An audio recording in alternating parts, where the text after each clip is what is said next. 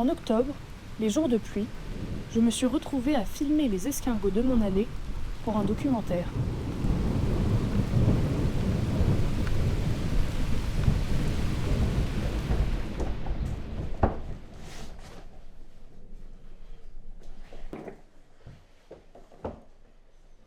J'avais eu cette idée de sujet un matin en quittant la maison.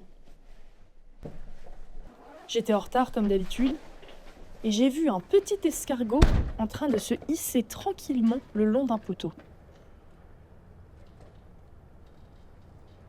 Moi, je m'apprêtais à courir. J'avais 1000 trucs à penser et une grosse to-do list pour la semaine. Et voilà que cet escargot, d'une lenteur fascinante, avec sa trajectoire à la fois simple et mystérieuse, semblait me transmettre un message.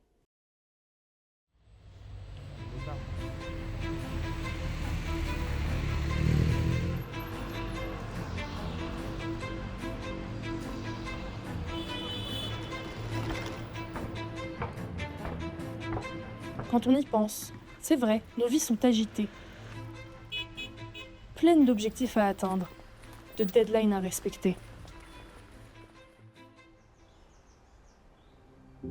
J'imagine que l'escargot a lui aussi des objectifs. Mais j'ai bien l'impression que la notion d'urgence lui est totalement étrangère.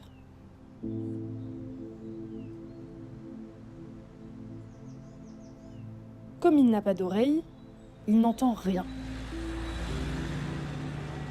Alors il glisse dans son univers de silence.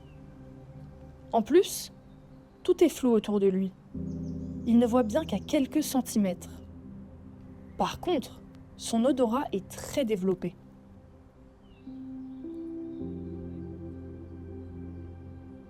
Il progresse à son rythme, guidé par ses tentacules délicates.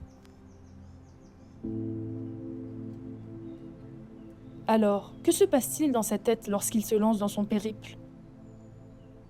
Quand il décide de grimper le long d'un mur, est-ce qu'il en imagine le sommet ? Et quand il commence à traverser la route, l'aperçoit-il comme une immensité pleine de promesses ? Car il se lance, plein d'optimisme, inconscient des dangers qui le guettent.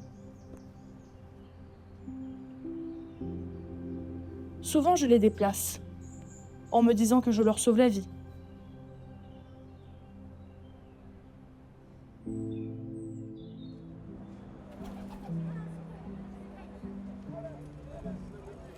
Plus j'observe ces petits êtres exceptionnels, plus je me pose des questions. Des questions existentielles. Le sens de la vie.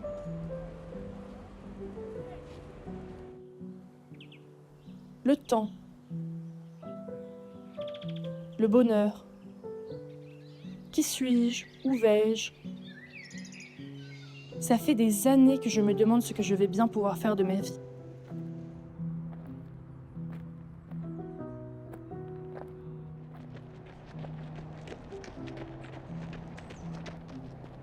Je pense tout le temps au futur, souvent au passé, et trop rarement au présent.